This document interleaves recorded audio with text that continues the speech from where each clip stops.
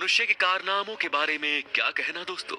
मनुष्य रोज कोई ना कोई अजीब स्टंट करके नए नए कीर्तिमान स्थापित करते रहते हैं। ऐसा ही एक मामला तब हुआ जब पेशे से अमेरिका के फिल्म मेकर पॉल रोसोली ने दुनिया के सबसे बड़े सांप एनाकोंडा का भोजन बनने में भी संकोच नहीं किया। आप जानते ही होंगे कि साउथ अफ्रीका के उष्णकटिबंधीय जंगलों में पाया जाने वाला ग्रीन एनाकोंडा दुनिया के सबसे विशाल सांपों में से एक है। पॉल ने एक टीवी प्रोग्राम के जरिए इस हैरतअंगेज कारनामे को अंजाम दिया। इस वीडियो में दिखाई दे रहा है कि पॉल ने एक अजीब किस्म का स्नैक सूट पहना हुआ था जिसके ऊपर सुअर का खून लगाया हुआ था। जैसे जैसे एनाकोंडा ने अपनी पकड़ मजबूत की तो पॉल रोसोली का दम घुटने लगा और अत्यधिक दबाव से उनकी हड्डियां भी चरमराने लगी थी।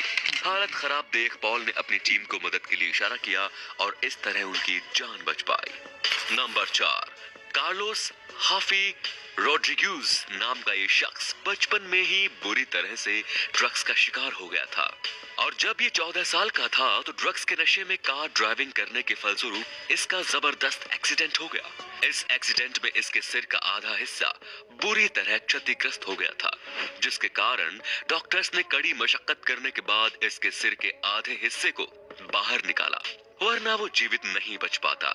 हालांकि ये किसी चमत्कार से कम नहीं था। जब वो एक्सीडेंट से रिकवर हो गया तो YouTube के माध्यम से उसने नशा करने वाले सभी लोगों से नशा नहीं करने का संदेश दिया, लेकिन बाद में रिपोर्ट्स आई कि वो खुद ही वापस ड्रग्स लेने लग गया है, जिसकी वजह से 2 वर्ष 2010 और 2016 में हत्या और चोरी की वारदात में जेल भी जा चुका है। लेकिन कोर्ट ने उसकी दिमागी हालत सही नहीं बताकर उसकी सजा कम कर दी। हालांकि उसके दोस्तों का कहना है कि उसके दिमाग में ऐसी कोई समस्या नहीं है, अभी भी ये पहले की तरह ही सोच समझ सकता है, लेकिन एक्सीडेंट होने वाली बात को ये आज भी खुद के हथियार की तरह इस्तेमाल करता है और सजा पाने से बच जाता है। नंबर 3, ये दास्तान है जूलियन कोइपैक की। ये घटना वर्ष 1971 की है, जब जूलियन ने अपनी मां के साथ क्रिसमस की पूर्व संध्या पर लांसा फ्लाइट 508 से अपने घर जाने के लिए उड़ान भरी। हालांकि प्लेन में बैठे सभी यात्री क्रिसमस पर अपने घर पर लौटने पर खुश थे, लेकिन इसके साथ ही सभी यात्री बहुत ज्यादा क्रोधित भी थे क्योंकि इनकी फ्लाइट ने तय समय से पूरे 7 घंटे बाद उड़ान भरी। जूलियन ने बताया कि थोड़ी देर की उड़ान के बाद ही खुले आसमान में अचानक विमान बिजली की चपेट में आ गया, जिससे विमान 2 टुकड़ों में टूट गया और इसके बाद जब जूलियन को होश आया तो उसने खुद को पेरू के रेंज जंगल में अपनी सीट के साथ पाया। इस एक्सीडेंट से वो बहुत ज्यादा घायल हो चुकी थी, उसे जबरदस्त चक्कर आ रहे थे और इतनी ऊंचाई से गिरने पर उसका कॉलर बोन भी टूट गया।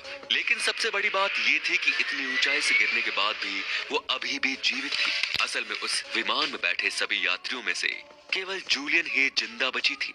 इस घने जंगल में वो केवल अकेली थी और खाने के रूप में उसके पास केवल कुछ कैंडी ही बचे थे। जब उसको पूरी तरह होश आया तो उसने जंगल से बाहर निकलने की कोशिश की और पास ही के एक ग्रामीण व्यक्ति की मदद से वो वहां से निकल पाई और उस ग्रामीण व्यक्ति ने उसे हॉस्पिटल में एडमिट कर दिया।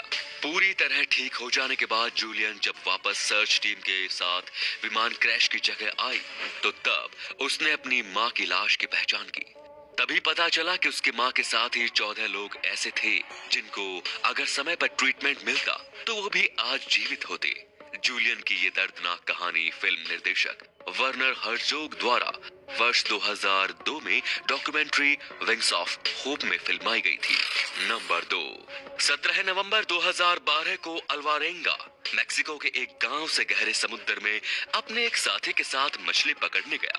इस यात्रा में इसका मकसद ब्लैक टिप शार्क और सेलफिश को पकड़ना था, लेकिन तभी समंदर में एक खतरनाक तूफान ने अपनी दस्तक दे दी, जिसकी वजह से उनका वायरलेस भी खराब हो गया। इसीलिए वो किसी से मदद भी नहीं मांग सके। बोट का वजन कम करने के लिए अल्वारेंगा ने 500 किलोग्राम वजन के बराबर की अपनी सारी मछलियां नाव से नीचे समंदर में फेंक दी। भूख लगने पर वे दोनों हाथों से ही पकड़कर मछली जैसे समुद्री जीव पकड़ते और उनका मांस कच्चा ही खा जाते। पीने के लिए अल्वारेंगा और उनके दोस्त ने बारिश के पानी का सहारा लिया। नाव में इकट्ठा बारिश का पानी खत्म हो जाने पर उन दोनों ने कछुओं का खून और अपना मूत्र भी पिया। करीब 4 महीनों के बाद साल्वाडोर के साथी की भूखमरी से मौत हो गई, जिसके बाद अल्वारेंगा अकेला ही समंदर के नाव के सहारे जीवित था।